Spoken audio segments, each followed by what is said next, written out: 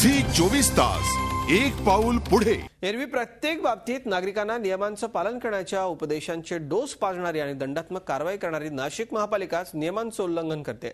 पालिकेच्या 100हून अधिक घंटा गाड्या विना पासिंग कचरा गोळा करत रस्त्यांवर फिरतायत।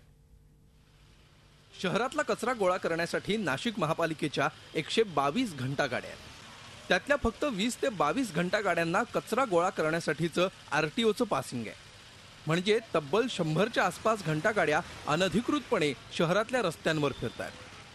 ज्या गाड्यांची पासिंग नाही त्या गाड्यांचा इन्शुरन्स कसा काढला ही चौकशीची बाब आहे आणि खरंच इन्शुरन्स काढलाय का याची सुद्धा चौकशी झाली पाहिजे। अशा जवळपास माझ्या माहितीप्रमाणे 80 गाड्या आहेत। फक्त 80 नाही, जवळपास 100 गाड्या आहेत। नाशिक रोड प्रभागातल्याच फक्त 18 गाड्यांची पासिंग झालेली आहे। स्थायी समितीच्या बैठकीत या विषयावरून खडाजंगी झाल्यावर सभापतींनी तत्काळ घंटागाडी पासिंग करण्याचं फरमान सोडलं। मात्र त्याचाही उपयोग होताना दिसत नाही। आता 15 दिवसात या घंटागाड्यांवर दंडात्मक कारवाईचा इशारा आरटीओनं दिलाय। गाड्या पासिंग करून या 10 दिवसाच्या आत असं मी आदेशित केलं की 10-15 दिवसाच्या सर्व गाड्या पासिंग करून टायर टाकून त्यावेळेस त्यांचा करारनामा होईल। त्या ठिकाणी त्या करारनामा झाल्यानंतर या करारनाम्या सर्व अटी शर्ती ज्या आहेत त्यावेळेस त्यांना त्या लागू होतील।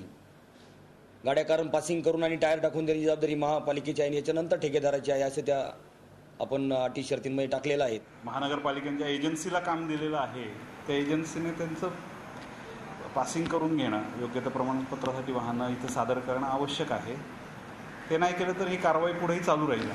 एरवी नाशिककरांनी रस्त्यावर किंवा नो पार्किंग झोनमध्ये गाडी पार्क केली तर नाशिक महापालिका त्यांच्यावर कारवाई करते।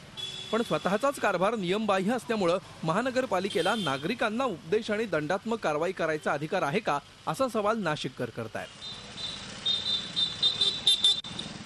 मुकुल कुलकर्णी, झी मीडिया, नाशिक। झी 24 तास एक पाऊल पुढे।